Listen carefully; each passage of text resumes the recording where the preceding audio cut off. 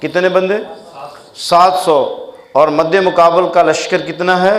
3000 کا لشکر۔ تو اب میرے آقا نے جب صحابہ سے رائے لی، اعلان کر دیا کہ تم میں سے کوئی اور بھی جانا چاہے تو جا سکتا ہے، تو ان ساتھیوں نے کہا کہ یا رسول اللہ، ہم آپ پہ قربان ہونے کے لیے حاضر ہوئے ہیں، ہم بھاگنے کے لیے حاضر نہیں ہوئے۔ اور بھونکنے بھی آئے تو آپ کے ملک کا پرائم منسٹر بھی بھونکتا رہا لوگوں کو کہ محمد عربی کے ساتھی بھاگ گئے، ان کے اصحاب بھاگ گئے مال غنیمت میں۔ پاکستان کے بڑے بڑے رافضی نیت کے لوگ جو بڑے تعلیم کا ڈھونگ جاتے ہیں کہ ہم اعلیٰ تعلیم یافتہ ہیں، وہ بھی بکواس کرتے ہیں کہ محمد عربی صلی اللہ علیہ وسلم کے ساتھی جنگ احد سے بھاگ گئے اور مدینہ میں چلا گئے۔ میں مدینہ میں جبل احد میں بیٹھا ہوا تھا، انڈیا سے ایک سکالر آیا، وہ بنگلور کے رہنے والے تھے، سارے لوگوں کو اکٹھا کیا اور ہسٹری سنا رہا ہے کہ یہ وہ جگہ تھی جہاں میرے آقا کھڑے تھے، وہ جہاں جیش لشکر تھا، اور یہاں سے لڑائی گمسان کی ہوئی اور مدینے والا کے ساتھی بھاگ گئے، یہاں حضور کے دندان مبارک شہید ہوئے۔ ہم پیچھے ساری گفتگو سنتے رہے اس کی۔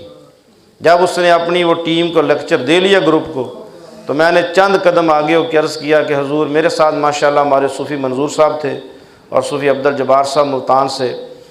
میں نے کہا جی میری ایک گزارش ہے، سوال ہے میرا، آپ سکالر ہیں، عالم دین ہیں، 40 لوگوں کو لے کے انڈیا بنگلور سے یہاں تشریف لائے ہیں، ان کو تاریخ بتا رہے ہیں۔ میرا سوال ہے، اگر محمد عربی کے سپاہیوں نے بھاگنا تھا تو وہ مدینے سے یہاں آئے کیوں تھے؟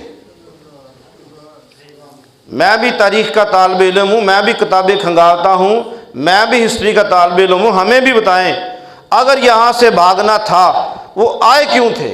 اور جناب والا آپ وہاں کھڑے ہو جائیں، ہم سپاہی کو کہتے ہیں آپ کو گولی مارے، اگر آپ بچ گئے تو آپ کو 10,000 ریال انعام دیں گے، آپ کبھی بھی رسک نہیں لیں گے کہ میں بچ گیا تو لوں گا۔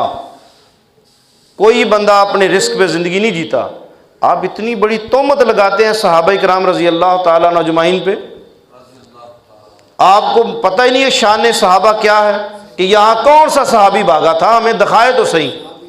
یہ پاکستان کے چند جاہل منکر صحابہ واہیات قسم کے اینکر ٹی وی پہ بیٹھ کے بکواس کرتے ہیں، اور ہمارے پرائم منسٹر نے بھی ان کے پیچھے لا کے بکواس کر دی کہ صحابہ بھاگ گئے۔